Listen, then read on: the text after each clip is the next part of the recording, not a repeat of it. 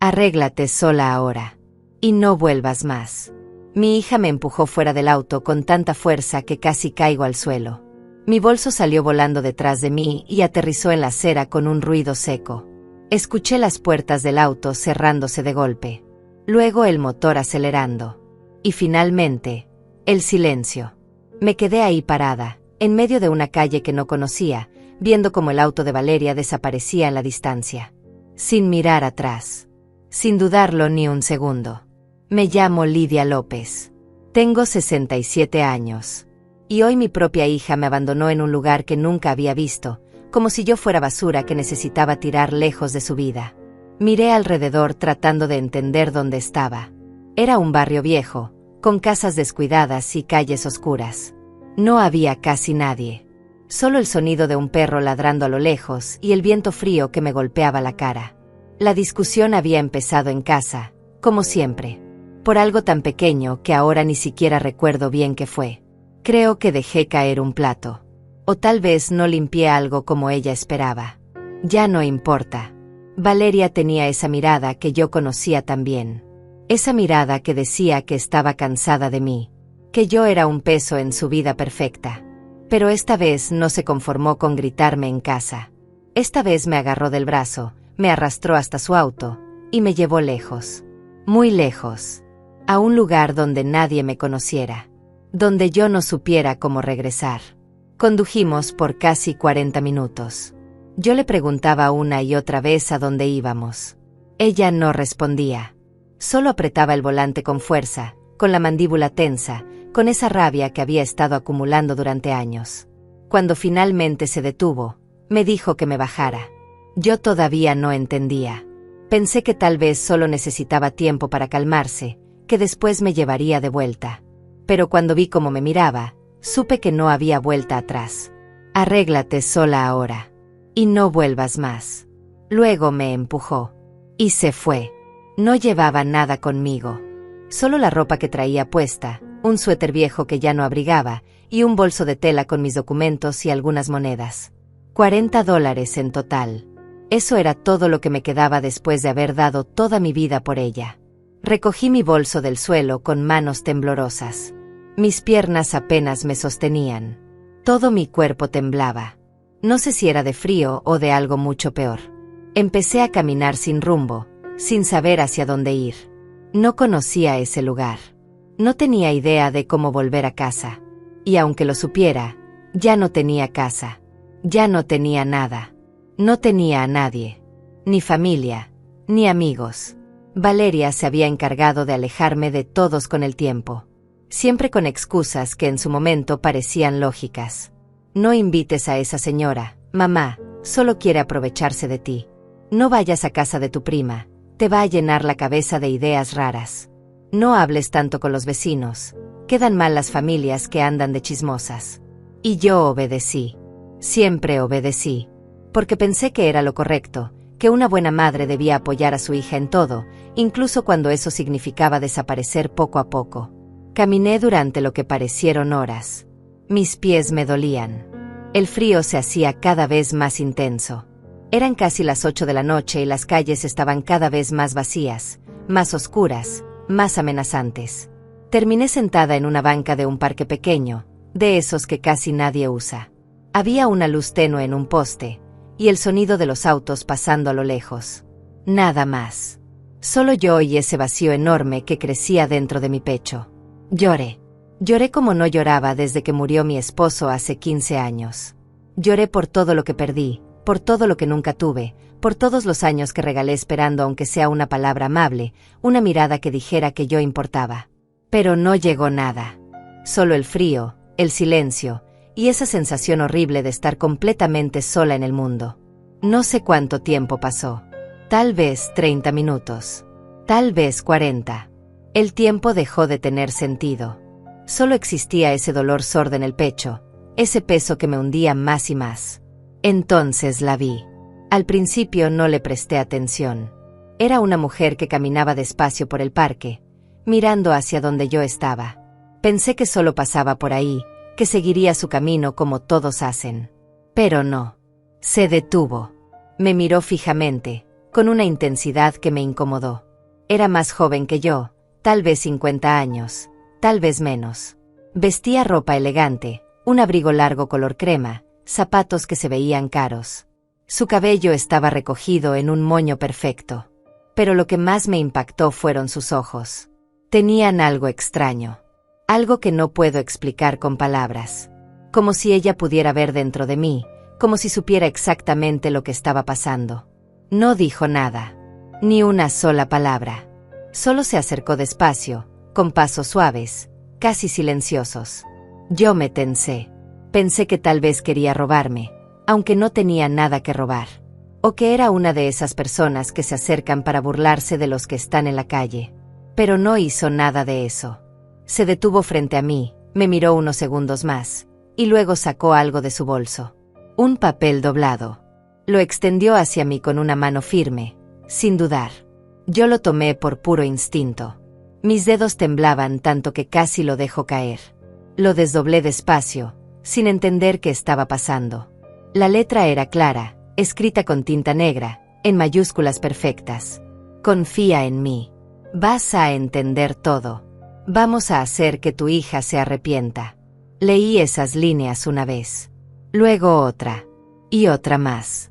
Mi corazón empezó a latir tan rápido que sentí que iba a estallar.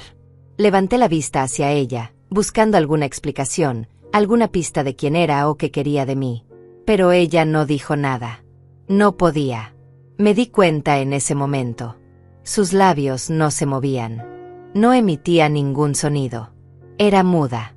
Solo me miraba con esos ojos profundos, esperando algo. Esperando que yo decidiera. Esperando que confiara. Y yo, Lidia López, una mujer de 67 años que acababa de ser abandonada por su propia hija en un lugar desconocido, que no tenía a dónde ir ni a quién recurrir, que había perdido toda esperanza, hice algo que jamás pensé que haría. Asentí. Ella extendió su mano hacia mí. Una mano firme, cálida, segura. La tomé sin pensarlo 2 veces. Y en ese momento, sin saber por qué, sin entender nada de lo que estaba pasando, sentí algo que no sentía hacía años. Sentí que tal vez, solo tal vez, mi vida estaba por cambiar. Ella me ayudó a levantarme de la banca con una delicadeza que me sorprendió. No hubo prisa. No hubo palabras. Solo gestos suaves que decían todo lo que necesitaba saber en ese momento. Que no estaba sola. Que alguien me había visto. Que alguien se había dado cuenta de mi dolor. Caminamos juntas hacia una camioneta negra estacionada cerca. Era elegante, reluciente, del tipo que solo la gente con dinero puede tener. Ella abrió la puerta trasera y me invitó a subir con un gesto amable. Dudé por un segundo. Mi mente me gritaba que tuviera cuidado, que no conocía a esta mujer, que podría ser peligroso. Pero mi corazón, ese corazón cansado y roto, me decía otra cosa. Me decía que ya no tenía nada que perder. Que cualquier cosa era mejor que quedarme sola en ese parque frío, en ese barrio desconocido, en esa soledad aplastante. Subí a la camioneta. El interior era lujoso. Asientos de piel suave, un aroma delicado a perfume caro, calefacción que inmediatamente empezó a calentar mis huesos helados. Ella subió del otro lado y cerró la puerta. Luego sacó su teléfono y escribió algo rápido. Me mostró la pantalla. No tengas miedo. Te llevaré a un lugar seguro. Nadie te va a lastimar. Asentí otra vez, porque no sabía qué más hacer. Porque en ese momento, esa mujer desconocida me estaba dando más compasión que mi propia hija en años. La camioneta arrancó suavemente y empezamos a alejarnos de ese parque oscuro. Yo miraba por la ventana sin realmente ver nada. Las luces de la calle pasaban borrosas. Mi mente todavía estaba tratando de procesar todo lo que había pasado en las últimas horas. Hace apenas unas horas yo estaba en casa.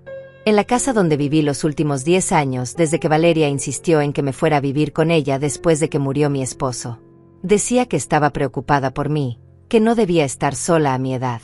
Yo pensé que era amor. Pensé que mi hija me necesitaba tanto como yo la necesitaba a ella. Qué tonta fui. Los primeros meses fueron buenos. O al menos eso quiero creer ahora. Tal vez solo estaba tan desesperada por no estar sola que no vi las señales. Que no quise verlas. Poco a poco empezaron las críticas. Pequeñas al principio. Mamá, no cocines con tanta sal.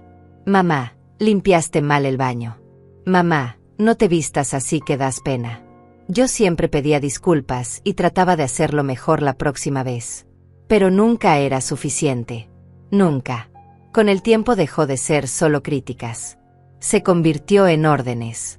Levántate más temprano para preparar el desayuno. No salgas sin avisarme. No hables con los vecinos. No uses el teléfono sin mi permiso. No gastes dinero en tonterías. Y yo obedecía. Siempre obedecía. Porque era mi hija. Porque pensaba que tal vez tenía razón. Que tal vez yo era demasiado vieja para entender cómo funcionaba el mundo ahora. Mi vida se convirtió en una rutina silenciosa de servir y desaparecer. Me levantaba antes que ella para tener todo listo. Preparaba su café exactamente como le gustaba. Planchaba su ropa. Limpiaba cada rincón de la casa. Cocinaba sus comidas favoritas. Y ella apenas me miraba. Apenas me hablaba. Cuando lo hacía, era para señalar algo que había hecho mal. Los domingos eran los peores. Ella salía con sus amigas, a restaurantes elegantes, a centros comerciales caros. Yo me quedaba en casa, esperando. Siempre esperando. Esperando que al regresar estuviera de buen humor. Que tal vez me contara algo de su día. Que me hiciera sentir parte de su vida. Pero no. Llegaba cansada, de mal humor, y yo tenía que tener cuidado de no hacer ruido, de no molestar, de no existir demasiado. Hubo una época en que traté de hablar con ella. De decirle que me sentía sola. Que extrañaba tener amigas, salir a caminar, ir a la iglesia los domingos como hacía antes. Su respuesta fue clara. Mamá, ya no tienes edad para andar de un lado a otro. La gente va a pensar que te descuido. Además, ¿qué van a decir esas viejas chismosas más que llenarte la cabeza de ideas raras? Aquí estás bien. Aquí estás segura. Y yo me callé. Me tragué mis palabras, mis necesidades, mis deseos. Me hice más pequeña, más invisible. Dejé de pedir cosas. Dejé de quejarme. Dejé de ser yo.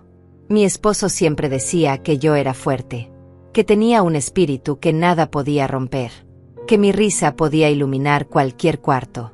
Pero ese espíritu se fue apagando poco a poco, día tras día, hasta que solo quedó una sombra. Una mujer vieja y cansada que ya no recordaba quién había sido alguna vez. Esta mañana me desperté como siempre, antes del amanecer. Preparé el café. Puse la mesa. Calenté el pan. Todo perfecto, como a ella le gustaba. Valeria bajó las escaleras con esa cara que yo conocía tan bien. La cara de alguien que ya viene enojado desde antes de empezar el día. Se sentó sin decir buenos días. Probó el café y lo empujó hacia un lado. Está horrible. No sé cómo puedes arruinar algo tan simple como un café. Yo me disculpé de inmediato. Le ofrecí hacer otro. Pero ella ya estaba de pie, agarrando su bolso, su teléfono, sus llaves. Estoy harta. Estoy cansada de esto. De ti. Mi corazón se detuvo. La miré sin entender. ¿De qué hablas, hija? ¿Qué hice mal? Dime y lo arreglo. Ella se rió. Pero no fue una risa alegre. Fue una risa amarga, llena de algo oscuro que me dio miedo. Todo. Hiciste todo mal. Tu sola existencia es un error. Agarró mi brazo con fuerza. Me dolió. Me arrastró hacia la puerta. Yo trataba de entender qué estaba pasando. Por favor, Valeria. Por favor, hija. ¿Qué hice? Dime qué hice. Pero ella no escuchaba. Me metió al auto casi a empujones. Cerró la puerta con fuerza. Arrancó sin decir nada más. Condujimos en silencio. Un silencio pesado, amenazante. Yo no me atrevía a hablar. Solo miraba por la ventana viendo cómo nos alejábamos de la casa, del barrio que conocía, de todo lo familiar. Cuando finalmente se detuvo, estábamos en un lugar que nunca había visto. Un barrio viejo, descuidado, con calles vacías y casas con las ventanas rotas. Bájate. Pero hija, ¿dónde estamos? ¿Cómo voy a regresar? No vas a regresar. Eso es el punto. Me sacó del auto. Lanzó mi bolso detrás de mí. Y se fue. sin mirar atrás, sin una última palabra, sin nada. La camioneta donde iba ahora dobló en una esquina y me sacó de mis pensamientos. La mujer muda me miró de reojo, como si pudiera sentir todo lo que estaba recordando. Sacó su teléfono otra vez y escribió algo. Me lo mostró. Sé que duele, pero vas a estar bien. Te lo prometo. No sé por qué, pero esas palabras me hicieron llorar otra vez. Llorar en silencio, sin sollozos, solo lágrimas que caían y caían sin parar. Ella extendió su mano y la puso sobre la mía. No dijo nada. No hizo nada más. Solo ese gesto simple que significaba más que 1000 palabras. Seguimos conduciendo. Dejamos atrás el barrio pobre donde me habían abandonado y entramos a una zona completamente diferente. Las casas aquí eran enormes, con jardines perfectos, rejas altas, autos caros estacionados en las entradas. Finalmente nos detuvimos frente a una casa que parecía sacada de una revista. Blanca, con columnas elegantes, ventanas enormes, un jardín que se veía cuidado hasta en el último detalle. Ella bajó de la camioneta y me hizo señas de que la siguiera. Yo obedecí, todavía confundida, todavía sin entender qué estaba pasando. Abrió la puerta principal y entramos. El interior era aún más impresionante. Pisos de mármol. Muebles que se veían carísimos. Cuadros enormes en las paredes. Todo era elegante, perfecto, como de otra realidad completamente diferente a la mía. Me quedé parada en la entrada, sin atreverme a dar un paso más. Sentía que no pertenecía a ese lugar. Que en cualquier momento alguien iba a entrar y preguntarme qué hacía ahí una vieja como yo ensuciando ese espacio tan hermoso. Pero ella me tomó de la mano con suavidad y me guió hacia adentro. Me llevó a una sala amplia con ventanales que daban al jardín. Me invitó a sentarme en un sofá tan cómodo que me hundí en él. Luego desapareció por un momento y regresó con una manta suave y una taza humeante. Me entregó ambas cosas y escribió en su teléfono. Té caliente. Toma. Te hará bien. Tomé la taza con manos temblorosas. El calor me reconfortó de inmediato. Bebí despacio, sintiendo como el líquido tibio bajaba por mi garganta y me calentaba desde adentro. Ella se sentó frente a mí, observándome con esos ojos que parecían ver todo. Sacó su teléfono otra vez y empezó a escribir. Esta vez escribió más, mucho más. Cuando terminó, me mostró la pantalla. Mi nombre es Alma. Soy muda desde que nací. Vivo sola en esta casa. Esta tarde estaba regresando de una cita médica cuando vi a tu hija dejándote en ese barrio. Vi todo. Vi cómo te empujó. Vi cómo se fue sin mirar atrás. Y vi tu cara cuando te quedaste sola. Reconocí ese dolor porque yo también lo viví. Mi familia también me abandonó hace años. Me dejaron porque pensaron que yo era una carga, que mi condición los avergonzaba. Pero yo tuve suerte. Heredé dinero de una tía que siempre creyó en mí. Y con ese dinero construí una vida. Una vida buena. Leí cada palabra en la pantalla del teléfono de Alma 2, 3, 4 veces. No podía creer lo que estaba leyendo. No podía creer que alguien, una completa desconocida, se hubiera tomado la molestia de seguirme, de buscarme, de traerme a su casa. Levanté la vista hacia ella. Tenía los ojos brillantes, como si ella también estuviera conteniendo lágrimas. Escribió algo más y me lo mostró. Cuando te vi en ese parque, tan perdida, tan rota, me vi a mí misma hace 20 años. Y supe que no podía dejarte sola. Supe que tenía que hacer algo. No supe qué decir. Las palabras se me atascaban en la garganta. Solo pude murmurar un gracias tan bajito que apenas se escuchó. Ella negó con la cabeza y siguió escribiendo. No me agradezcas todavía. Hay algo más que necesitas saber. Algo importante. Pero primero, descansa.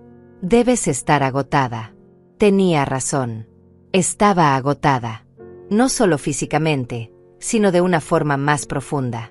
Agotada de años de vivir en tensión constante, de caminar sobre cáscaras de huevo, de nunca sentirme suficiente.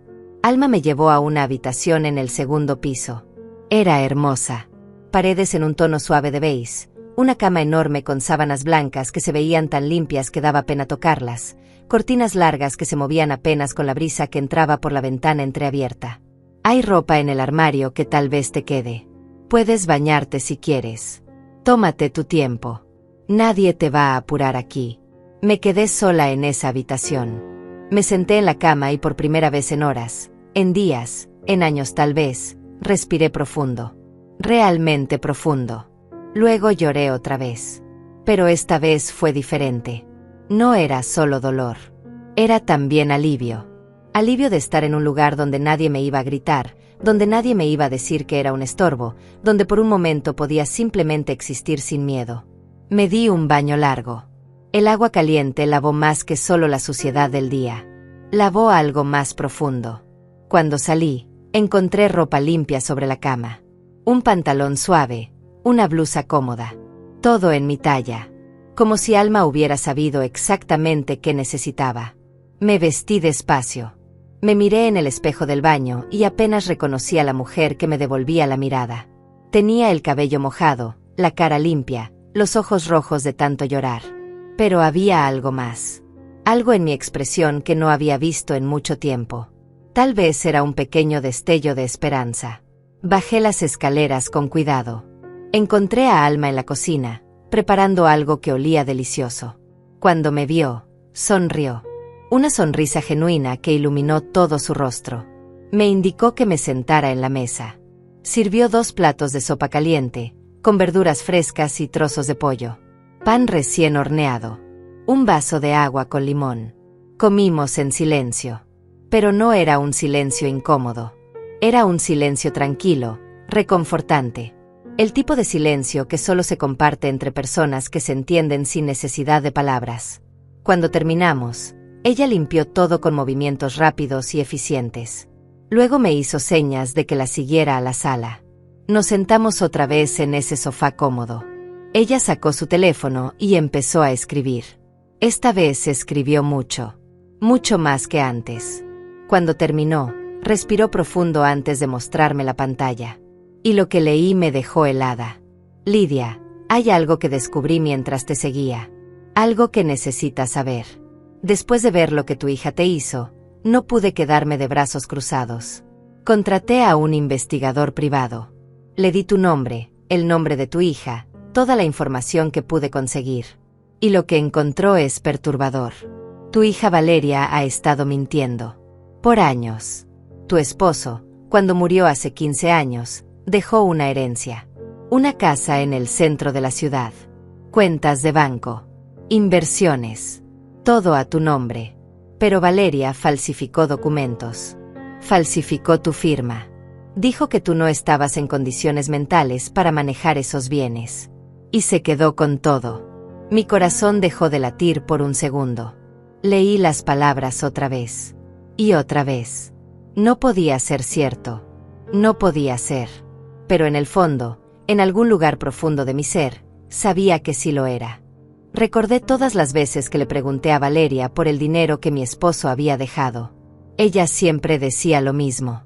Papá no dejó nada, mamá. Solo deudas. Yo las pagué todas. Deberías estar agradecida de que te recibí en mi casa. Y yo le creí. Le creí porque era mi hija. Porque no imaginaba que alguien pudiera mentir sobre algo así. Qué tonta fui. Qué ciega estuve. Alma me observaba con atención. Vio cómo mi expresión cambiaba de confusión a comprensión. De comprensión a rabia. A una rabia que no sabía que todavía tenía dentro de mí. Siguió escribiendo. Hay más. La casa donde ella vive ahora, la casa de donde te sacó hoy, era tuya. Era la casa que tu esposo compró cuando se casaron. Está a tu nombre. Pero ella presentó documentos falsos diciendo que tú se la habías regalado. Mintió a las autoridades. Mintió a los bancos. Te mintió a ti. Mis manos empezaron a temblar. El teléfono casi se me cayó. Alma lo sostuvo y siguió mostrándome lo que había escrito. También hay cuentas de banco. 3 cuentas que tu esposo abrió a tu nombre. Con ahorros de toda una vida. Más de $200,000 en total. Valeria ha estado sacando dinero poco a poco. Falsificando tu firma. Usando tu identidad. Robándote. $200,000. Una casa. Inversiones. Todo mío. Y yo viviendo como una sirvienta en mi propia casa. durmiendo en el cuarto más pequeño, comiendo las sobras, pidiendo permiso para todo, mientras ella vivía como reina con mi dinero. La rabia que sentí en ese momento fue como nada que hubiera experimentado antes. No era solo rabia, era furia, era indignación, era dolor convertido en algo más oscuro, más intenso. Alma puso su mano sobre la mía. Me miró con esos ojos comprensivos y escribió algo más. Sé que duele, sé que es difícil de procesar, pero necesitaba saberlo. Necesitaba saber la verdad. Porque no puedes luchar contra algo que no conoces. Luchar. Esa palabra resonó en mi mente. Yo nunca había luchado por nada en mi vida. Siempre me había dejado llevar. Siempre había aceptado lo que otros decidían por mí. Pero esto era diferente. Esto era mi vida. Mi dinero. Mi dignidad. Alma siguió escribiendo. Tengo los documentos. Tengo las pruebas. El investigador hizo un trabajo excelente. Todo está documentado. Las falsificaciones. Las transferencias bancarias. Todo. Y conozco a una abogada. La mejor de la ciudad. Especialista en fraudes familiares. Está dispuesta a tomar tu caso. Sin cobrarte ni un centavo hasta que recuperes lo que es tuyo. Miré a Alma con nuevos ojos. Esta mujer, esta desconocida que apareció de la nada, había hecho más por mí en unas pocas horas que mi propia hija en años. ¿Por qué?, le pregunté con voz quebrada. ¿Por qué haces esto por mí? Ni siquiera me conoces. Ella sonrió con tristeza y escribió su respuesta despacio, como si cada palabra fuera importante. Porque alguien debió haberlo hecho por mí cuando yo estaba donde tú estás ahora. Porque sé lo que se siente ser invisible. Ser descartada. Ser tratada como si no valieras nada. Y porque tengo el dinero y los recursos para ayudar. Y si no los uso para hacer algo bueno, entonces ¿de qué sirven? El dinero no me devolvió a mi familia. No me devolvió los años perdidos. Pero tal vez pueda darte a ti una segunda oportunidad. Una oportunidad de recuperar tu vida. Las lágrimas corrían por mi rostro otra vez. Pero esta vez no eran solo de dolor. Eran de algo más. De gratitud. De asombro. De la sensación de que tal vez, solo tal vez, las cosas podían cambiar. Quiero recuperar lo que es mío, dije con una voz que no reconocí como propia. Era más fuerte. Más decidida. Quiero que Valeria pague por lo que hizo. Alma asintió con satisfacción. Escribió una última cosa antes de guardar su teléfono. Entonces empecemos. Mañana llamamos a la abogada. Y le mostramos a tu hija que cometió el peor error de su vida cuando decidió abandonarte hoy. Esa noche dormí en esa cama suave, en esa habitación hermosa, en esa casa de una mujer que era prácticamente una desconocida, pero que me había mostrado más amor en un día que mi propia hija en una década. Y por primera vez en años, no tuve pesadillas. No soñé con gritos ni con miradas de desprecio. Soñé con justicia. Soñé con recuperar mi dignidad. Soñé con el momento en que Valeria se daría cuenta de que había subestimado a la mujer que le dio la vida. Desperté con la luz del sol entrando por la ventana. Por un momento no supe dónde estaba. El cuarto era demasiado silencioso, demasiado tranquilo. No había ruido de pasos apresurados, ni voces exigiendo que me levantara, ni esa sensación constante de ansiedad que me acompañaba cada mañana en casa de Valeria. Entonces recordé todo. El abandono. Alma. Las revelaciones de anoche. La verdad sobre mi herencia robada. Me senté en la cama respirando profundo. Hoy todo cambiaría. Hoy empezaría a recuperar mi vida. Me vestí con la ropa que Alma me había dejado y bajé las escaleras. La encontré en la cocina, preparando el desayuno. Cuando me vio, sonrió y señaló la mesa donde ya había puesto café, pan tostado, fruta fresca y huevos revueltos. Comimos juntas otra vez en ese silencio cómodo. Pero esta vez yo no sentía tristeza. Sentía determinación. Sentía algo parecido a la fuerza que mi esposo siempre decía que yo tenía, pero que había olvidado en algún momento del camino. Cuando terminamos, Alma sacó su teléfono y escribió: La abogada viene a las 10. Se llama Emilia Márquez. Es la mejor. Te va a explicar todo lo que podemos hacer. Confía en ella como confías en mí. Asentí. Ya no tenía miedo. O tal vez sí lo tenía, pero la rabia era más fuerte. La necesidad de justicia era más fuerte. A las 10 en punto sonó el timbre. Alma fue a abrir y regresó con una mujer de unos 45 años. Llevaba un traje elegante de color gris, el cabello corto y bien peinado, y unos lentes que le daban un aire serio y profesional. Traía un maletín de cuero en la mano. «Buenos días», dijo con una voz firme pero amable. «Usted debe ser Lidia López». «Soy Emilia Márquez». Le estreché la mano. Su apretón fue fuerte, seguro. Me transmitió confianza de inmediato. Nos sentamos las tres en la sala. Emilia sacó varios documentos de su maletín y los puso sobre la mesa de centro. Luego me miró directamente a los ojos. «Señora López, Alma me ha puesto al tanto de su situación. Y debo decirle que lo que su hija hizo es un delito grave. Falsificación de documentos. Fraude. Robo de identidad. Apropiación indebida. Son cargos serios que pueden llevar a consecuencias penales importantes». La escuché sin interrumpir. Cada palabra que decía confirmaba lo que ya sabía en mi corazón. Valeria no solo me había maltratado. Me había robado. Había cometido crímenes usando mi nombre. Emilia continuó. Contraté a un investigador forense que revisó todos los documentos relacionados con la herencia de su esposo. Y encontramos múltiples irregularidades. Aquí tengo copias de todo.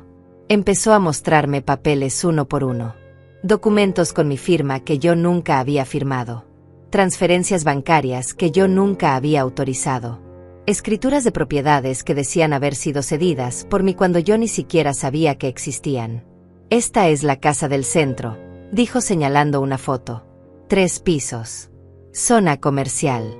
Actualmente rentada a un negocio. Su esposo la compró hace 20 años y la puso a nombre de usted. El alquiler genera aproximadamente $2,000 mensuales. Su hija ha estado cobrando ese dinero por 15 años. Eso suma más de $360,000 que le pertenecen a usted. $360,000. No podía ni imaginar esa cantidad de dinero. Emilia siguió. Luego están las cuentas bancarias. Su esposo dejó 3 cuentas a su nombre. Una tenía $50,000, otra tenía $80,000 y la tercera tenía $70,000. Su hija ha estado retirando dinero sistemáticamente de las 3. Actualmente quedan unos $120,000 en total. El resto ya lo gastó. Me costaba respirar. Cada número que mencionaba era como una puñalada. No por el dinero en sí, sino por lo que representaba. Años de mentiras.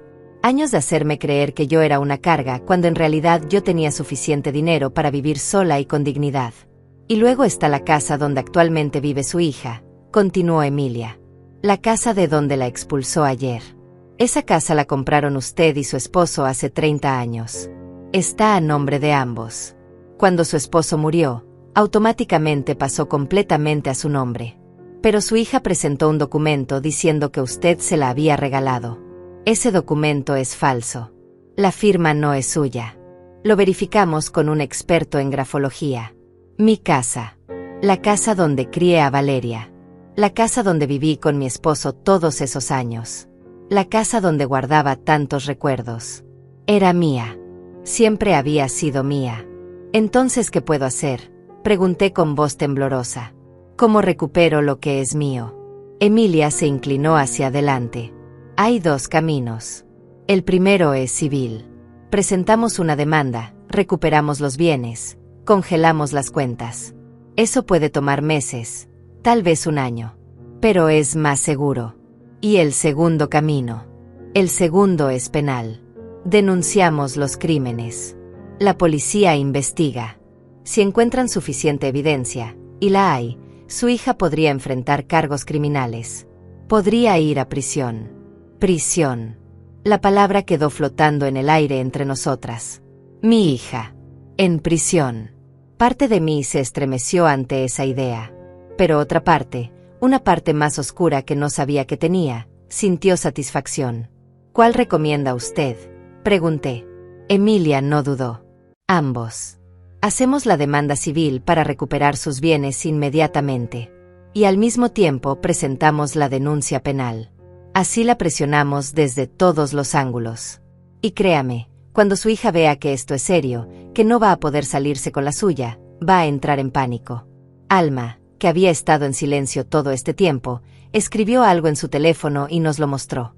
Yo pagaré todos los gastos legales. Investigadores, abogados, peritos, todo. Lidia no tiene que preocuparse por el dinero. Emilia asintió. Perfecto. Entonces podemos empezar hoy mismo.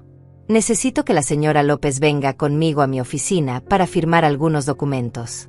Autorizaciones para acceder a registros. Poder legal para actuar en su nombre.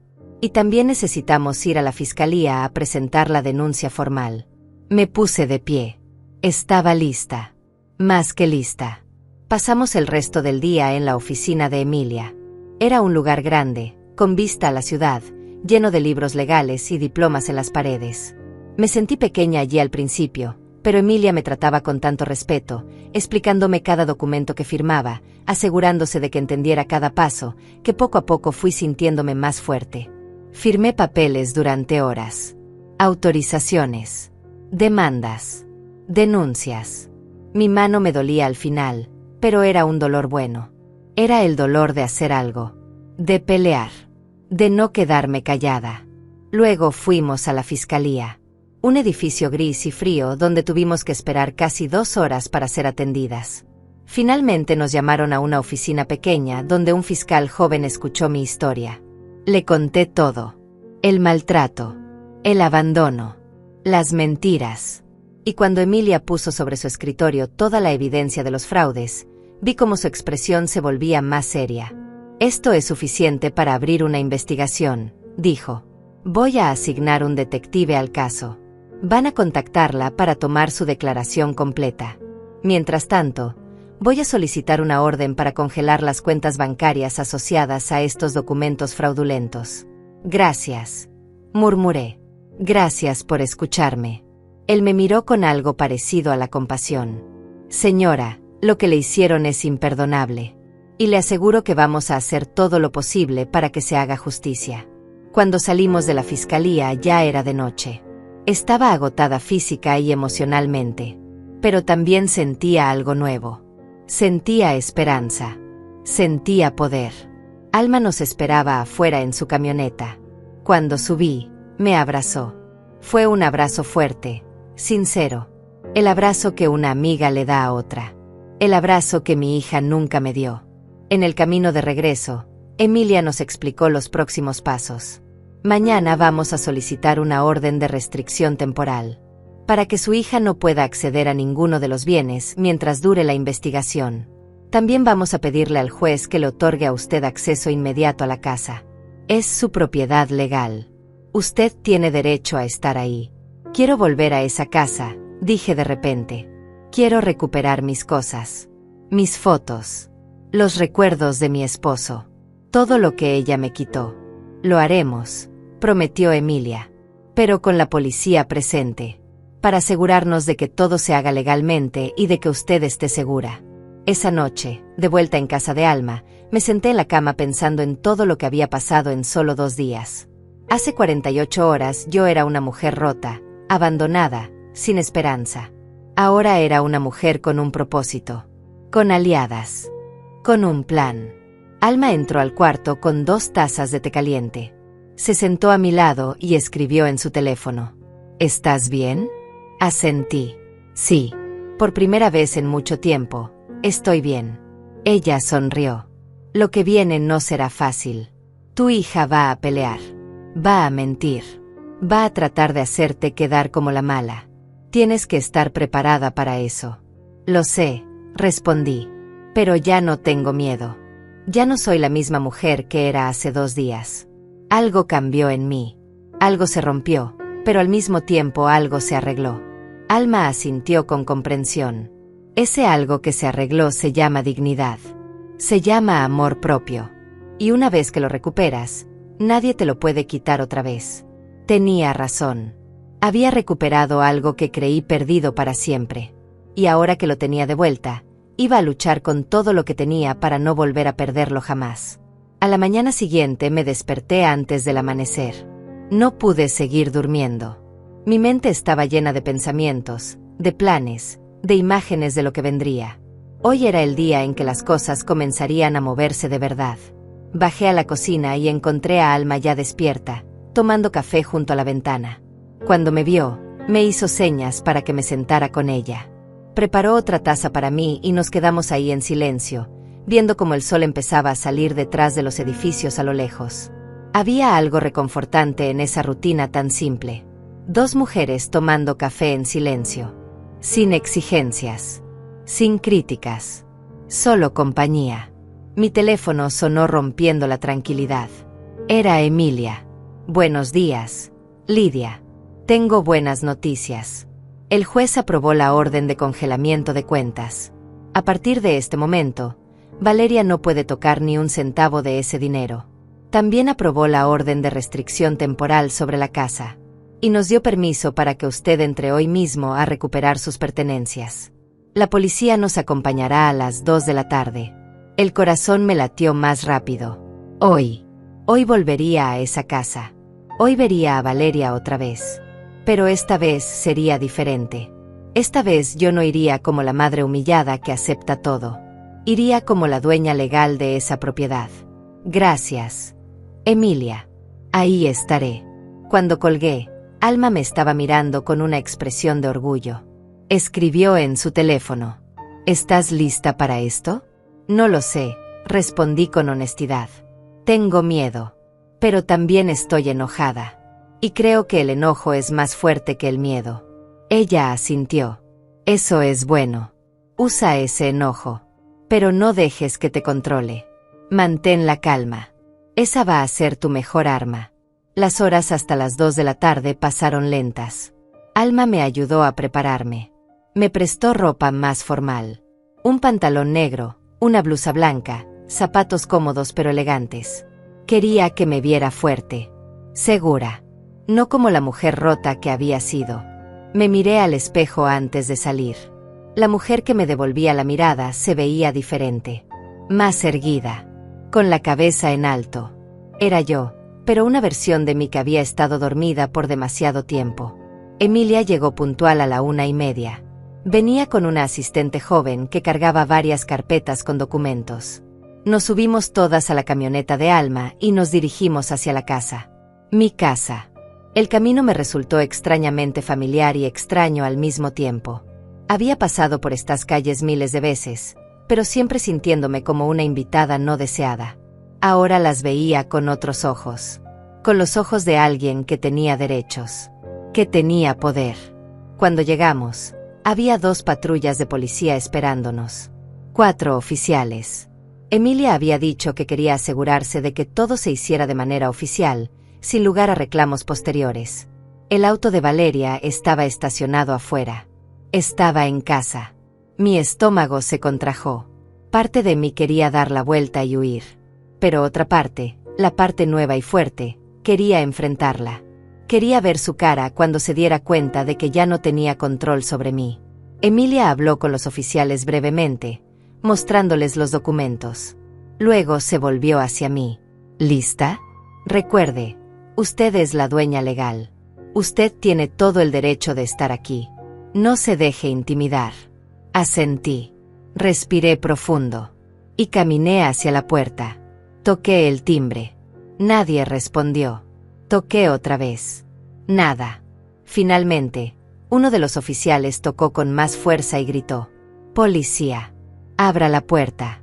Escuché pasos apresurados adentro. Luego la puerta se abrió de golpe. Y ahí estaba ella. Valeria. Mi hija. Se veía diferente de como la recordaba hace apenas 3 días. Tenía ojeras. El cabello sin peinar. Todavía llevaba puesta la pijama a las 2 de la tarde.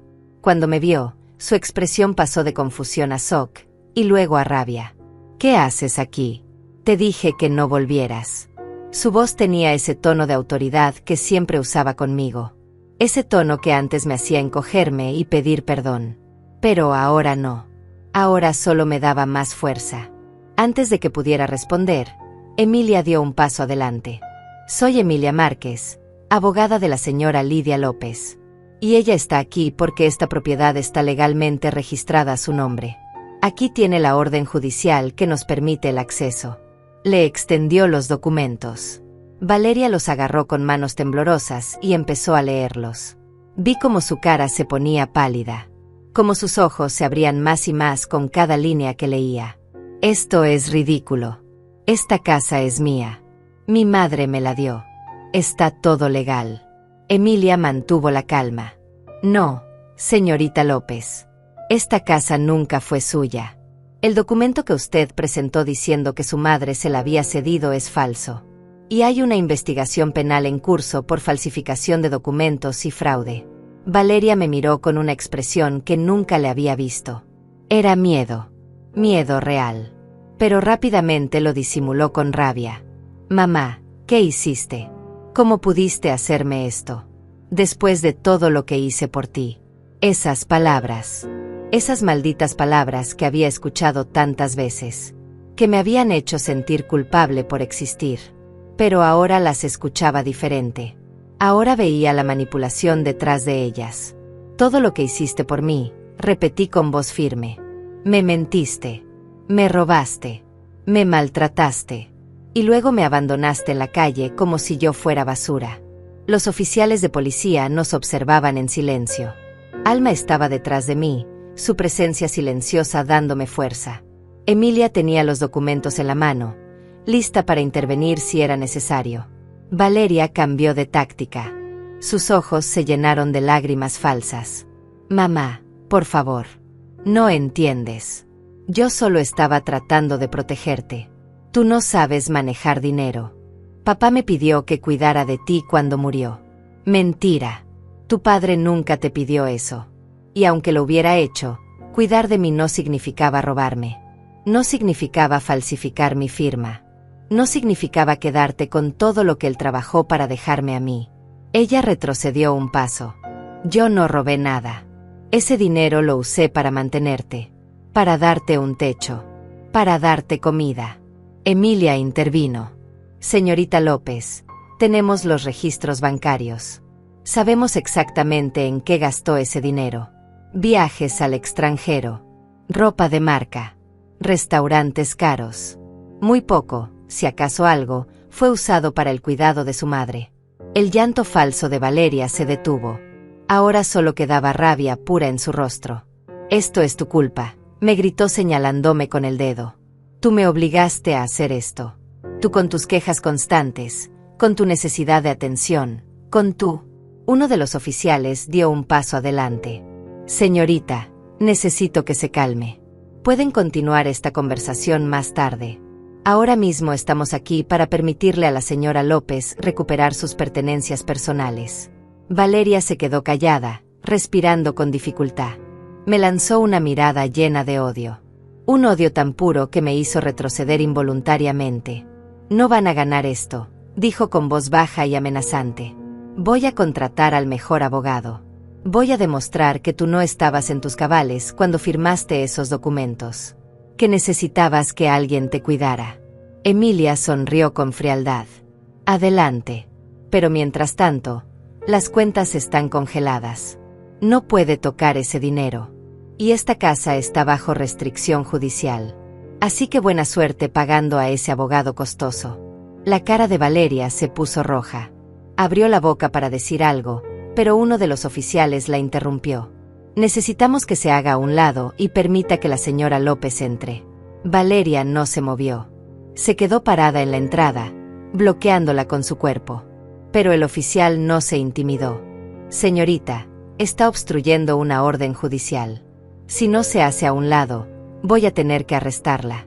Finalmente, con movimientos lentos y llenos de rabia contenida, Valeria se hizo a un lado. Pero cuando pasé junto a ella, me susurró algo tan bajo que solo yo pude escucharlo. Vas a arrepentirte de esto. No respondí. Solo seguí caminando. Entré a la casa que había sido mi hogar. La casa donde crié a esa mujer que ahora me odiaba. La casa llena de recuerdos de tiempos mejores. Todo se veía igual pero diferente. Los muebles que mi esposo y yo habíamos comprado juntos seguían ahí. Las cortinas que yo misma había cosido. Las fotos en las paredes. Pero todo tenía un aire de abandono, de descuido. Como si Valeria solo hubiera visto esta casa como una propiedad, no como un hogar. Emilia me acompañó al cuarto donde yo había dormido estos últimos años. El cuarto más pequeño, en el fondo de la casa, sin ventanas grandes, oscuro y frío. Allí estaban mis pocas pertenencias. Ropa vieja, algunos libros, una caja con fotos de mi esposo. Pero no era eso lo que había venido a buscar.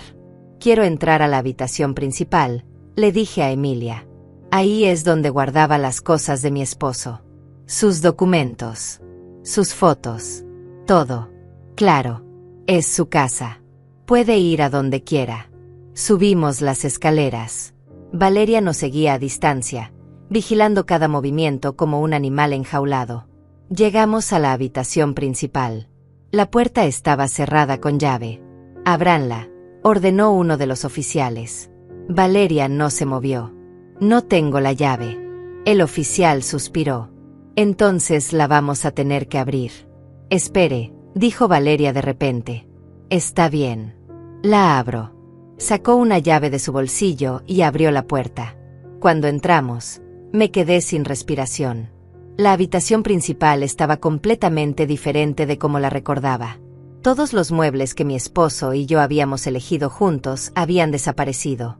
La cama donde dormimos por años, el tocador que él me regaló en nuestro aniversario, las cortinas que cosí con tanto cariño. Todo reemplazado por cosas nuevas, modernas, frías. Pero lo que más me dolió fue lo que no estaba. Las fotos de mi esposo que siempre estuvieron en la mesita de noche. Desaparecidas. El reloj antiguo que había heredado de su padre. No estaba.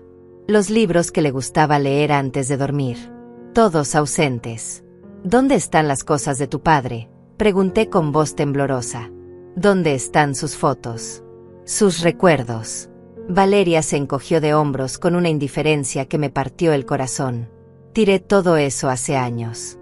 Era basura vieja que ocupaba espacio. Sentí como si me hubieran dado una cachetada. Tiraste los recuerdos de tu propio padre. Eran solo cosas, mamá. Objetos sin valor. Ya era hora de dejarlos ir. Alma, que había estado en silencio todo este tiempo, puso su mano en mi hombro. Su toque me recordó que no estaba sola, que no tenía que dejar que las palabras de Valeria me destruyeran otra vez. Emilia intervino con voz profesional. Señora López, necesitamos hacer un inventario de todo lo que hay en la casa. Para el proceso legal. Vamos a tomar fotos de cada habitación, documentar todo. Tómese su tiempo para buscar cualquier cosa personal que quiera llevarse hoy. Asentí. Empecé a revisar cada cajón, cada closet. Encontré algunas de mis cosas escondidas en cajas en el fondo del armario. Ropa que había sido mía, joyas que mi esposo me había regalado, cartas viejas que habíamos escrito cuando éramos jóvenes. Pero entonces, en el último cajón del tocador nuevo que Valeria había comprado, encontré algo que me dejó helada. Una carpeta. La abrí con manos temblorosas y vi documentos. Muchos documentos. Transferencias bancarias. Estados de cuenta. Y algo más. Emilia. Llamé. Necesita ver esto. Ella se acercó rápidamente. Tomó la carpeta y empezó a revisar los papeles. Sus ojos se abrieron con sorpresa. Esto es evidencia adicional. Aquí hay registros de más cuentas que no sabíamos que existían. Y mire esto, señaló un documento en particular. Esta es una póliza de seguro de vida. Su esposo la abrió 6 meses antes de morir. $500,000. Con usted como única beneficiaria. $500,000. Una póliza de seguro de vida de la que nunca supe nada. Mi esposo nunca me mencionó ninguna póliza, dije con voz débil. Emilia siguió leyendo. Según esto, el pago se hizo efectivo 15 días después de su muerte. Y mire aquí, Valeria firmó como su representante legal, diciendo que usted no estaba en condiciones mentales de manejar ese dinero. Se lo depositaron directamente a ella. Valeria había estado en silencio, pero ahora dio un paso adelante tratando de arrebatar la carpeta. Eso es privado. No tienen derecho a revisar mis cosas. Uno de los oficiales la detuvo. Señorita, esto es evidencia en una investigación criminal. No toque nada. Me sentía mareada. $500,000. Sumados a las cuentas bancarias, a los ahorros, a las rentas de la propiedad del centro. Mi hija me había robado más de $1 millón. $1 millón que me hubiera permitido vivir con dignidad, con independencia, sin tener que suplicar por un plato de comida o un lugar donde dormir. ¿Cómo pudiste?, le dije mirándola a los ojos. ¿Cómo pudiste robarle a tu propia madre? Todo lo que tu padre trabajó. Todo lo que él quería dejarme para que yo estuviera bien cuando él ya no estuviera. Te lo robaste todo. Valeria me devolvió la mirada con ojos fríos. Yo merecía ese dinero más que tú. Yo fui quien cuidó de papá cuando estaba enfermo. Yo fui quien pagó sus cuentas médicas. Yo fui quien... Mentira, la interrumpí con una voz que no reconocí como mía. Yo cuidé de tu padre. Yo me desvelé con él cada noche en el hospital. Yo le daba sus medicinas, le cambiaba la ropa, le limpiaba cuando ya no podía hacerlo solo. Tú aparecías 1 hora a la semana, te tomabas una foto con él para presumir en redes sociales lo buena hija que eras, y te ibas. No me vengas a decir que tú lo cuidaste. El silencio que siguió fue pesado. Hasta los oficiales parecían incómodos.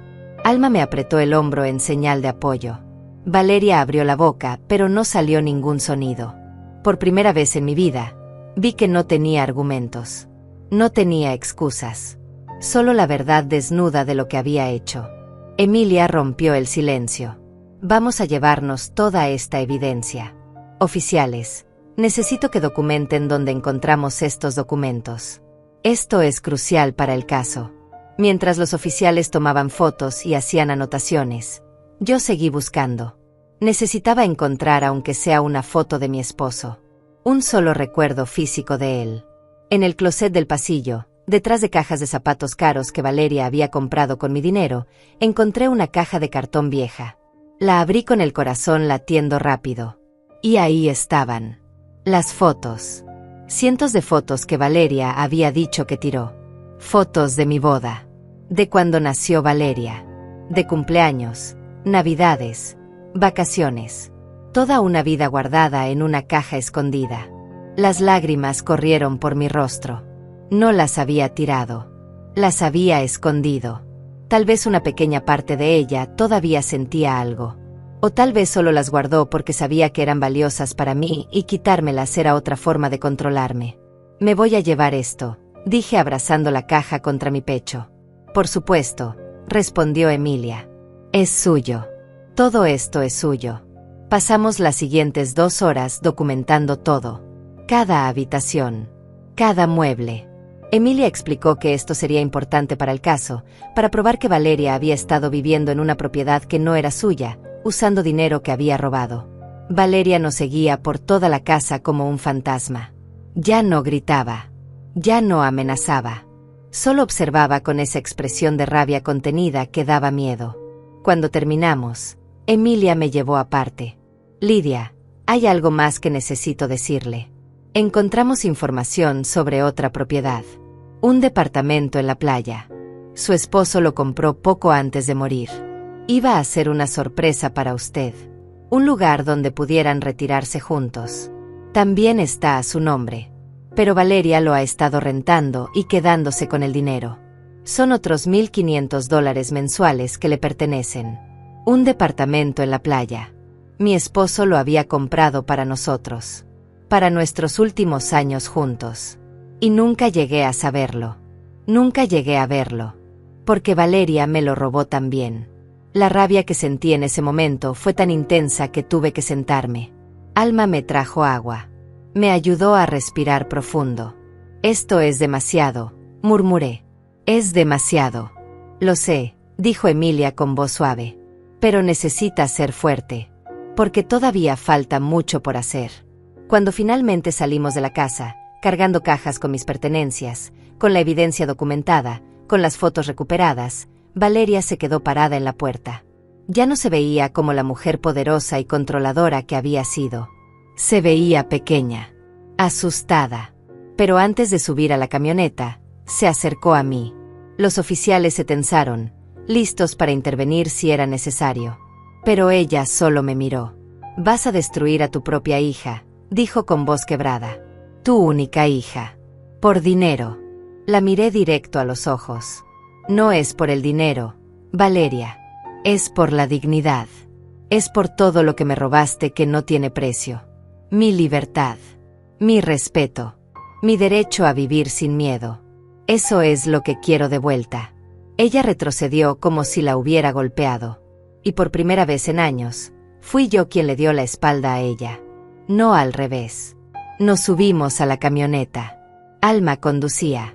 Emilia iba revisando los documentos que habíamos encontrado. Y yo iba en silencio, abrazando la caja de fotos, sintiendo un peso extraño en el pecho. No era alivio todavía. No era victoria. Era algo más complejo. Era el dolor de aceptar que mi hija, la niña que crié, la bebé que sostuve en mis brazos, se había convertido en alguien capaz de hacerme tanto daño. Emilia rompió el silencio. Lo que encontramos hoy cambia todo. Con esta evidencia adicional, el caso es aún más fuerte. Voy a presentar una moción para que le otorguen a usted acceso completo a la casa de manera permanente. Y voy a solicitar que se acelere la investigación penal. Valeria está en serios problemas. ¿Cuánto tiempo tomará todo esto?, pregunté. Con la evidencia que tenemos, tal vez 3 o 4 meses para el caso civil. El penal puede tomar más. Pero lo importante es que ya se activó el proceso. Ya no hay vuelta atrás. De vuelta en casa de Alma, subí las cajas a mi habitación. Me senté en la cama y abrí la caja de fotos. Una por una las fui mirando. Mi esposo sonriendo. Yo sonriendo a su lado. Valeria de bebé, tan inocente, tan dulce. ¿En qué momento se torció todo? ¿En qué momento esa niña se convirtió en la mujer que me robó y me abandonó? Alma entró con 2 tazas de té. Se sentó a mi lado y juntas miramos las fotos en silencio. Después de un rato, escribió en su teléfono. A veces las personas cambian. A veces el dinero saca lo peor de ellas. No es tu culpa. Tú fuiste una buena madre. Ella tomó sus propias decisiones. Quiero creer eso, respondí. Pero una parte de mí sigue preguntándose si hice algo mal. Si pude haber evitado esto de alguna manera. Alma negó con la cabeza firmemente. Escribió de nuevo. No. Esto no es tu responsabilidad. Valeria es adulta. Sabía lo que hacía. Eligió el dinero sobre ti. Esa fue su decisión.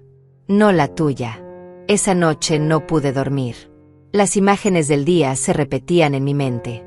La cara de Valeria. La evidencia. Los documentos. Todo el dinero robado. Toda una vida construida sobre mentiras. Pero también pensé en algo más. Pensé en que por primera vez en años, yo había hablado. Había defendido mi verdad. No me había callado. No había aceptado las mentiras. Y eso, de alguna manera, me hizo sentir más fuerte de lo que me había sentido en mucho tiempo. Los días siguientes fueron un torbellino de actividad legal. Emilia trabajaba sin descanso. Cada mañana me llamaba con actualizaciones. Cada tarde llegaban nuevos documentos para revisar y firmar. Descubrimos más cosas. Muchas más. Resultó que mi esposo había sido más cuidadoso de lo que pensé. Tenía inversiones en la bolsa de valores. Bonos del gobierno. Incluso había comprado acciones de una empresa que ahora valían el triple de lo que costaron originalmente. Todo a mi nombre. Todo robado por Valeria. El investigador forense que Alma había contratado encontró un patrón. Durante 15 años, sistemáticamente, Valeria había estado vaciando cada cuenta, vendiendo cada inversión, liquidando cada activo. Y gastándolo todo en su estilo de vida lujoso. Viajes a Europa. Bolsos de diseñador. Restaurantes donde una cena costaba $500. Todo mientras me hacía dormir en el cuarto más pequeño de mi propia casa y me daba las sobras de su comida. Emilia me mostró los registros bancarios. Mire esto, señaló una transacción. El día después de abandonarla en ese barrio, su hija intentó transferir $50,000 de una de las cuentas a una cuenta en el extranjero. Pero la orden de congelamiento llegó justo a tiempo. La transferencia fue rechazada. Estaba tratando de esconder el dinero, dije sintiendo un escalofrío. Sabía que la habían descubierto y estaba tratando de esconder lo que quedaba. Exactamente. Y eso va a jugar en nuestra contra en el caso penal. Demuestra conciencia de culpabilidad. Sabía que lo que hizo estaba mal y estaba tratando de ocultar la evidencia. Una semana después de nuestra visita a la casa, recibí una llamada del detective asignado a mi caso. Necesitaba que fuera a la estación a dar mi declaración formal. Alma insistió en acompañarme. La estación de policía era un lugar frío e intimidante. Pero el detective, un hombre mayor con cara amable, me trató con respeto. Me hizo sentarme en una sala privada y pacientemente escuchó mientras yo contaba toda mi historia desde el principio. Hablé durante 3 horas. Le conté sobre los años de maltrato emocional, sobre cómo Valeria me aisló de todos, sobre el día que me abandonó, sobre todo lo que descubrí después. El detective tomaba notas constantemente. Cuando terminé, me miró con algo parecido a la tristeza en los ojos. Señora López, he visto muchos casos de abuso financiero en mi carrera, pero este es uno de los peores. El nivel de manipulación, el tiempo que duró, la cantidad de dinero involucrado. Su hija va a enfrentar cargos muy serios.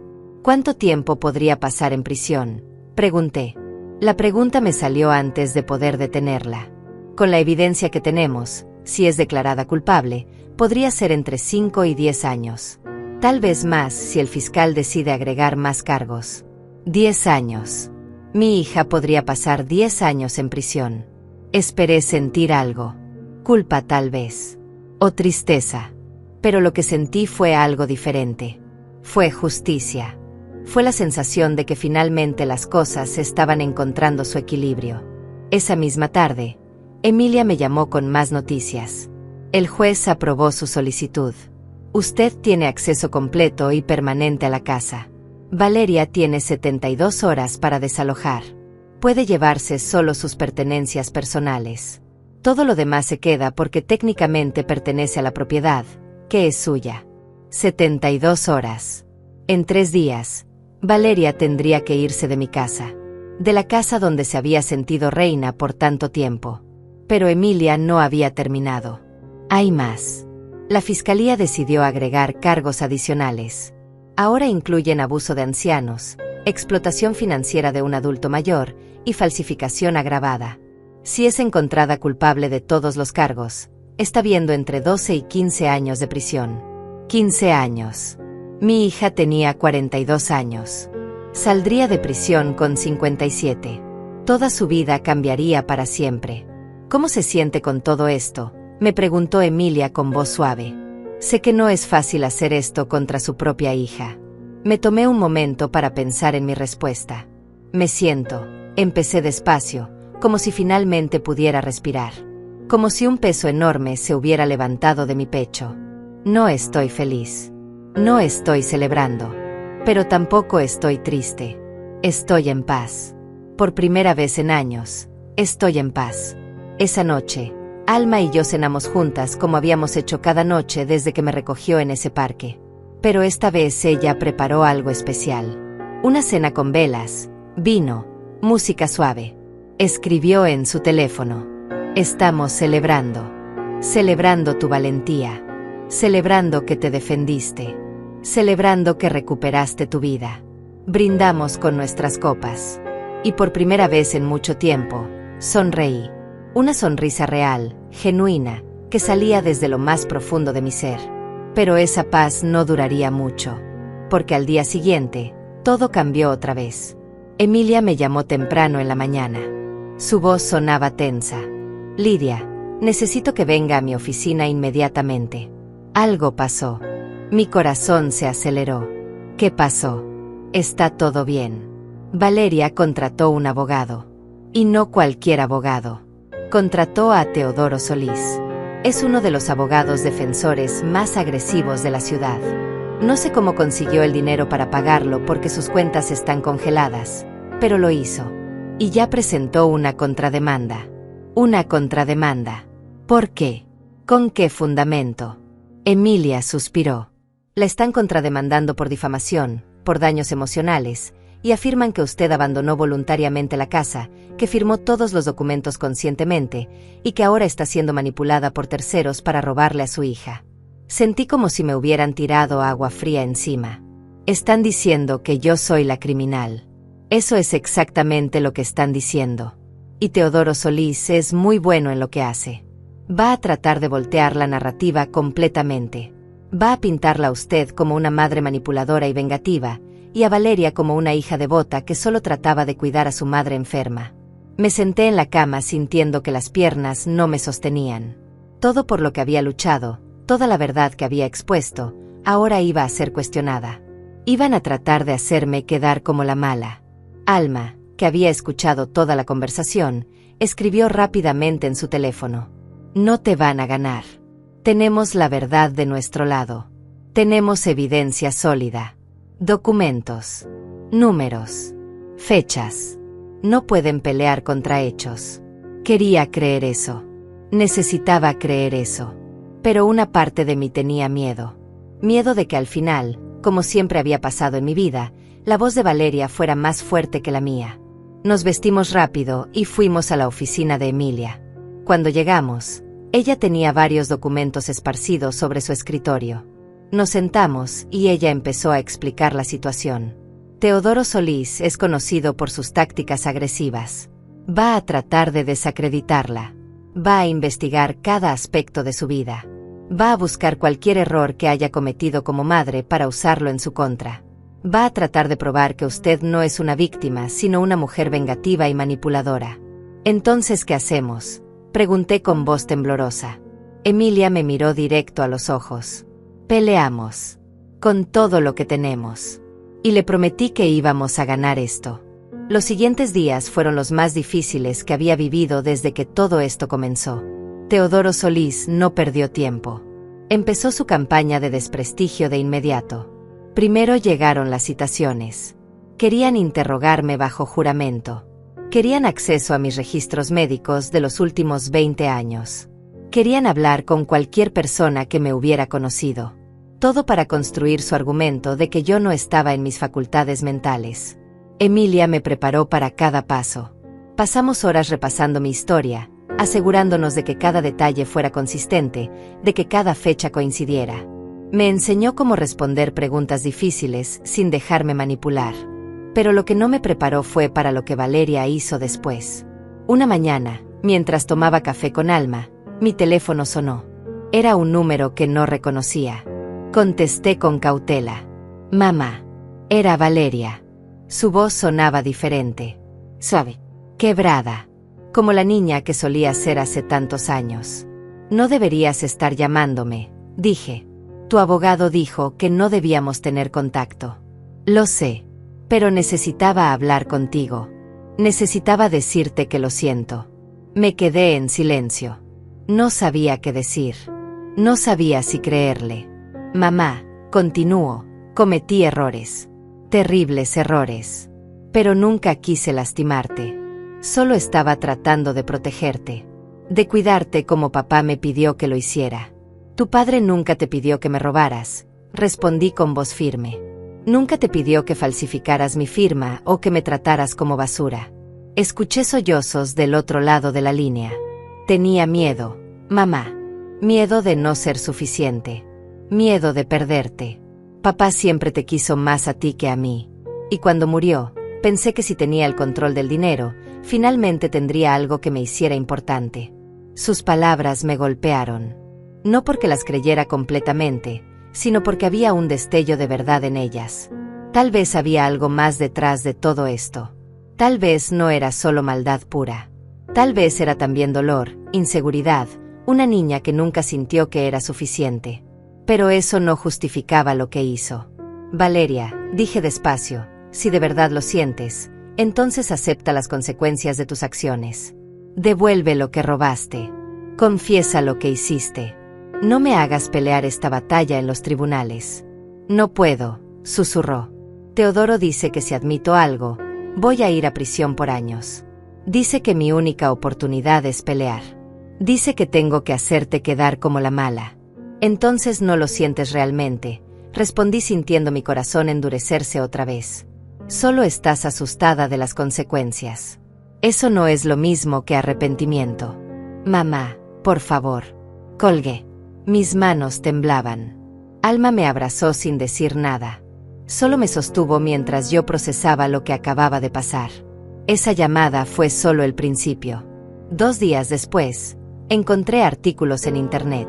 Alguien había filtrado la historia a la prensa, pero la versión que contaban era completamente distorsionada. Los titulares decían cosas como: madre demanda a hija devota por millones, o mujer mayor manipulada por desconocidos para robar herencia de su propia hija. Leí los artículos con horror. Me pintaban como una mujer senil, manipulada por Alma, una extraña con motivos oscuros.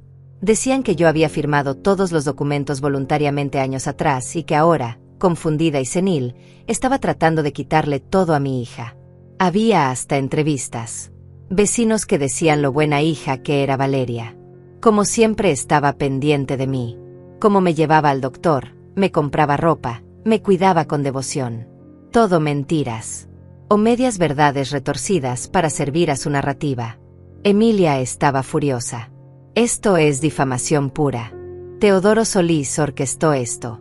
Está tratando de contaminar el jurado potencial, de crear simpatía pública para Valeria antes de que lleguemos a juicio. ¿Podemos hacer algo?, preguntó Alma escribiendo rápidamente. Vamos a emitir un comunicado.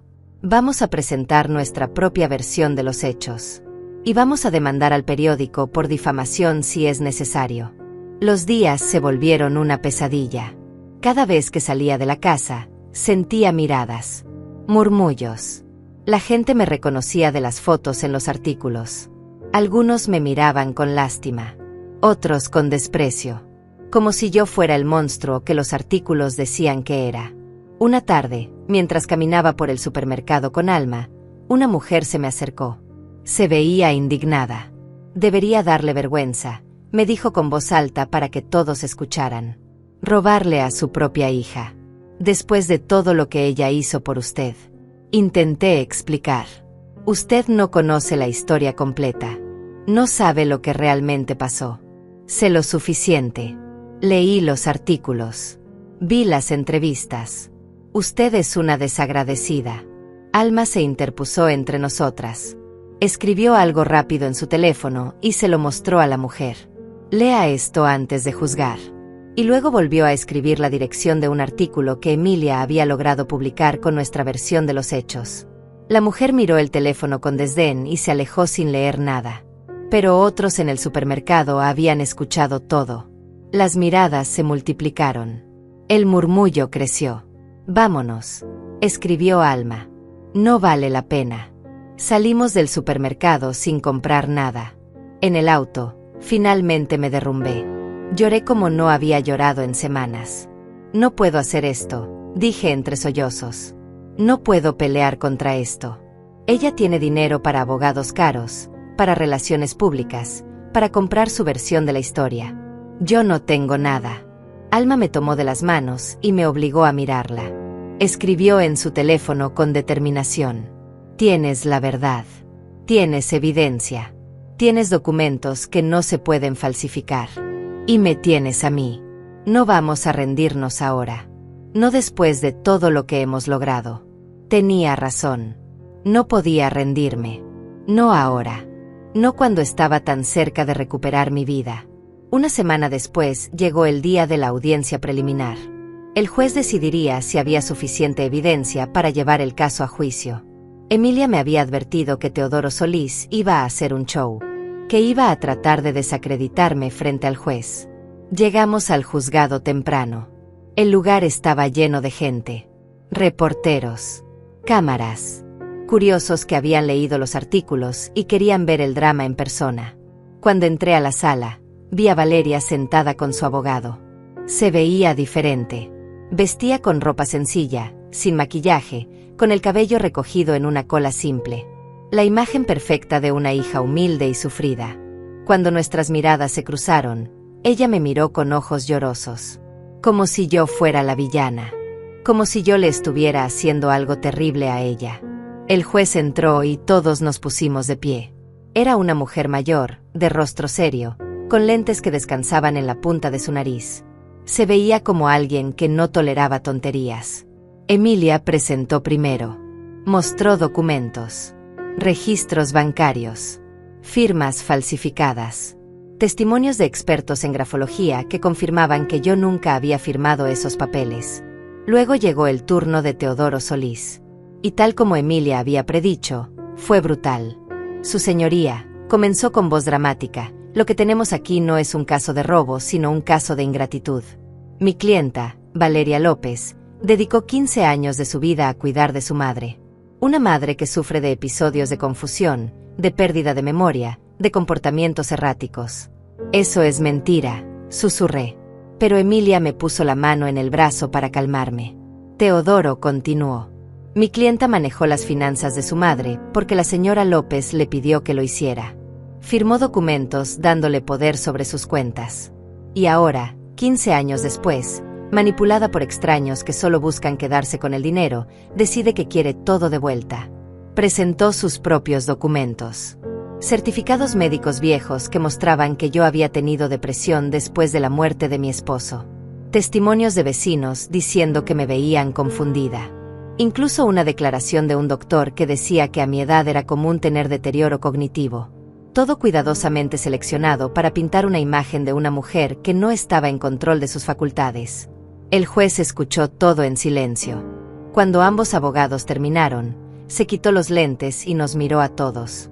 He escuchado ambas versiones, dijo con voz firme. Y hay suficiente evidencia contradictoria para que esto requiera un juicio completo. Se fija fecha para dentro de 3 meses. Mientras tanto, las órdenes de congelamiento de cuentas y restricción sobre la propiedad se mantienen. Se levanta la sesión. Golpeó el martillo. Y así, sin más, quedó decidido. Habría un juicio. Una batalla legal completa donde todo saldría a la luz. Cuando salimos del juzgado, los reporteros nos rodearon. Gritaban preguntas.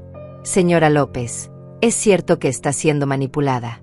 ¿Es cierto que sufre de demencia? ¿Por qué le hace esto a su hija? Emilia nos escoltó fuera sin responder nada. Pero alcancé a escuchar cuando un reportero le gritó a Valeria. Señorita López, ¿cómo se siente sabiendo que su madre la está demandando?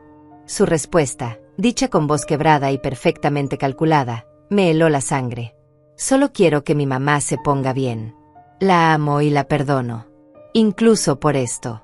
Los 3 meses hasta el juicio fueron los más largos de mi vida. Cada día traía nuevos desafíos. Nuevas mentiras de Valeria en los medios. Nuevos testimonios falsos de personas que decían conocerme, pero que apenas me recordaban. Pero Emilia trabajó incansablemente. Encontró más evidencia, más documentos, más pruebas de las falsificaciones. Localizó empleados de bancos que recordaban a Valeria presentando documentos sospechosos. Encontró al notario que había sido engañado para certificar una de las firmas falsas. Alma nunca se separó de mi lado. Su presencia silenciosa se convirtió en mi ancla. En los días en que quería rendirme, ella estaba ahí con una taza de té y una nota que decía: sigue siendo más fuerte de lo que crees. Finalmente llegó el día del juicio. La sala estaba completamente llena. Reporteros, curiosos, hasta algunos que se habían vuelto seguidores de la historia por las redes sociales. El juicio duró 2 semanas. 2 semanas de testimonios, de expertos, de documentos presentados uno tras otro, de interrogatorios exhaustivos. Valeria se mantuvo en su papel de hija devota. Lloró en el estrado. Habló de lo mucho que me amaba, de cómo solo quería protegerme, de cómo le rompía el corazón que yo la acusara de algo tan horrible. Teodoro Solís fue brillante en su defensa. Casi me convenció incluso a mí en algunos momentos. Presentó cada pedazo de evidencia retorcido de tal forma que parecía probar su historia en lugar de la mía. Pero entonces llegó mi turno de testificar. Me senté en ese estrado con las manos temblando. Emilia me hizo preguntas simples al principio. Mi nombre, mi edad, mi relación con Valeria. Luego fueron profundizando. Cuéntele al jurado qué pasó el día que su hija la abandonó. Y conté, con voz firme y clara, conté cada detalle. El viaje de 40 minutos. El barrio desconocido. Las palabras que me dijo. Cómo me dejó ahí sin nada. Cuéntele al jurado sobre su vida en esa casa durante los últimos 10 años. Y conté los años de servidumbre, las críticas constantes, el aislamiento, las sobras de comida, el cuarto pequeño donde dormía. Teodoro Solís trató de desacreditarme en el contrainterrogatorio. Señora López, no es cierto que usted firmó documentos dándole control a su hija voluntariamente. Nunca firmé esos documentos. Ni siquiera sabía que existían hasta que Alma contrató al investigador. No es cierto que usted sufría de depresión severa después de la muerte de su esposo. Sí, tuve depresión. Perdí al amor de mi vida. Pero estar deprimida no significa que estaba loca. No significa que no sabía lo que pasaba a mi alrededor. Él siguió presionando, tratando de encontrar contradicciones, tratando de hacerme enojar. Pero me mantuve calmada. Respondí cada pregunta con honestidad. Cuando finalmente bajé del estrado, vi algo en los ojos del jurado. Ya no era duda, era comprensión. Luego testificaron los expertos. El grafólogo que confirmó que las firmas eran falsas. Los empleados del banco que reconocieron a Valeria. El investigador forense que presentó todos los registros financieros mostrando el patrón sistemático de robo durante 15 años. Y finalmente, en un giro que nadie esperaba, testificó el notario. El hombre que había certificado una de las firmas falsas. Había sido contactado por Valeria, quien le pagó $5,000 para que certificara un documento sin verificar realmente mi identidad. Ella había llevado a una actriz que se hizo pasar por mí. Ese testimonio cambió todo. Hasta Teodoro Solís pareció perder algo de su confianza. Los alegatos finales fueron emotivos. Teodoro Solís apeló a la compasión del jurado. Les pidió que no destruyeran la vida de una hija que solo había cometido el error de amar demasiado a su madre. Emilia fue más directa. Este no es un caso de amor. Es un caso de codicia. De manipulación. De una mujer que sistemáticamente robó más de $1 millón de su propia madre. Que falsificó documentos. Que mintió a las autoridades.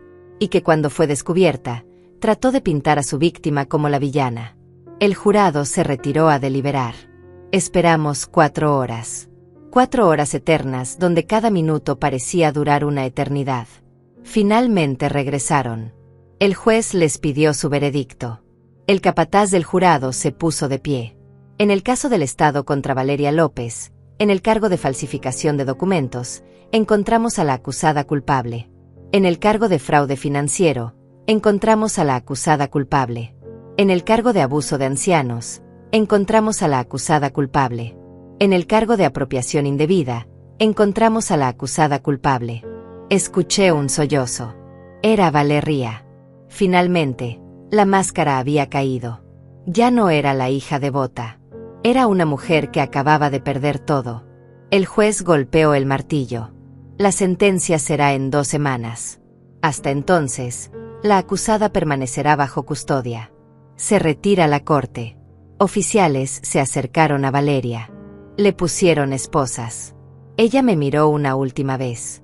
Ya no había lágrimas falsas. Ya no había manipulación. Solo había realidad.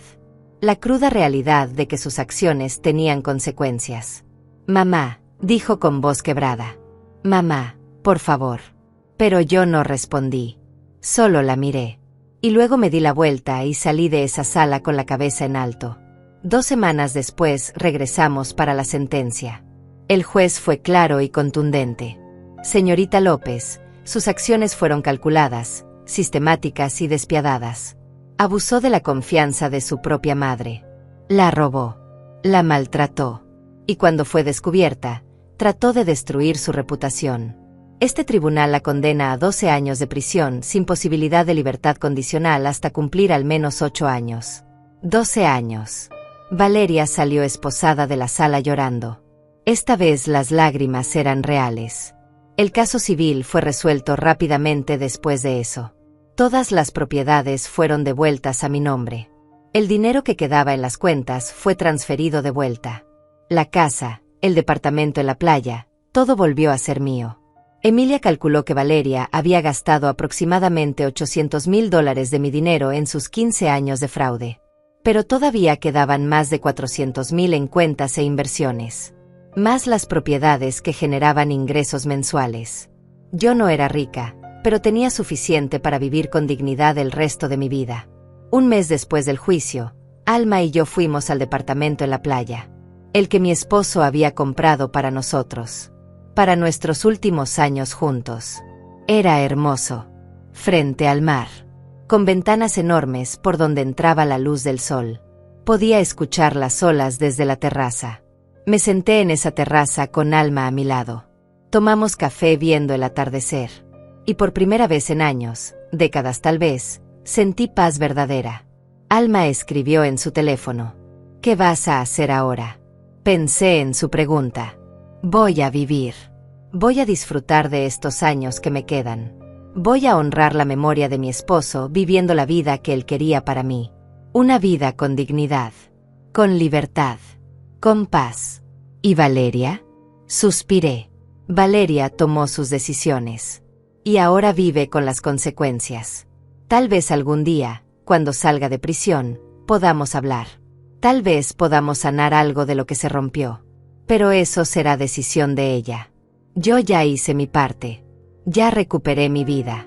Alma sonrió. Puso su mano sobre la mía. Y nos quedamos ahí, dos mujeres que habían sido rotas por sus familias, pero que habían encontrado fuerza la una en la otra. Los meses siguientes fueron de sanación. Volví a conectar con viejas amigas que Valeria me había alejado. Empecé a ir a la iglesia otra vez. Conocí a otras mujeres de mi edad que también habían pasado por situaciones difíciles. Alma se convirtió en más que una amiga. Se convirtió en la hermana que nunca tuve. Vivíamos en casas separadas ahora, yo en el departamento de la playa y ella en su mansión, pero nos veíamos casi todos los días. Un año después del juicio, recibí una carta. Era de Valeria. Desde la prisión. La abrí con manos temblorosas. No sabía qué esperar. Más manipulación tal vez. Más culpa. Pero no. La carta era diferente. Mamá, decía, no espero que me perdones. No espero que entiendas. Pero necesito que sepas que finalmente veo lo que hice. Estoy en terapia aquí, trabajando en entender por qué me convertí en la persona que fui. No es excusa. Nada justifica lo que te hice. Pero quiero que sepas que lo siento. De verdad lo siento. Y si algún día, cuando salga de aquí, quisieras verme, me encantaría tener la oportunidad de decírtelo en persona. Te amo, mamá. Siempre te amé. Solo olvidé cómo demostrarlo. Doblé la carta despacio. Las lágrimas corrían por mi rostro. No eran lágrimas de dolor. Eran lágrimas de cierre, de aceptación, de esperanza de que tal vez, algún día, algo pudiera sanar. Le mostré la carta a Alma. Ella la leyó y luego escribió: ¿Vas a responder? No lo sé todavía. Tal vez algún día. Pero no hoy. Hoy solo quiero vivir. Y eso hice. Viví. Cada día como un regalo. Cada amanecer como una nueva oportunidad. Ya no era la mujer rota que había sido. Ya no era la víctima silenciosa. Era Lidia López. 68 años. Sobreviviente. Luchadora. Mujer libre. Y eso era más que suficiente.